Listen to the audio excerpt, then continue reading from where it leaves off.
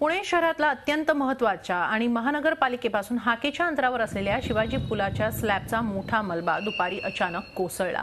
Slab पडल्यामुळे एका गाडीचं नुकसान झालंय। शिवाजी पुलावरून व पुलाखालून मोठी रहदारी असते, मात्र यात कोणतीही मोठी हानी झाली नाही। धोकादायक पुलाकडे मनपाने तातडीने लक्ष देण्याची मागणी केली आहे। गेले 30-40 वर्षापासून वरतून गळती चालू आहे, तरी महानगरपालिका त्याच्यावर कुठल्याही प्रकारचं ठाम उपाययोजना करत नाहीये।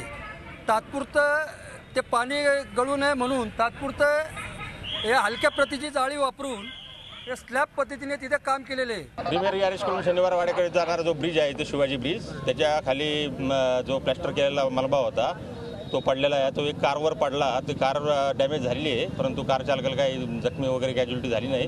परंतु एक मोटरसायकल चालक त्याच्या अंगावर तो मलबा पडल्याने तो जखमी झालेला आहे आणि तो सध्या संजीवनी हॉस्पिटलमध्ये ॲडमिट आहे।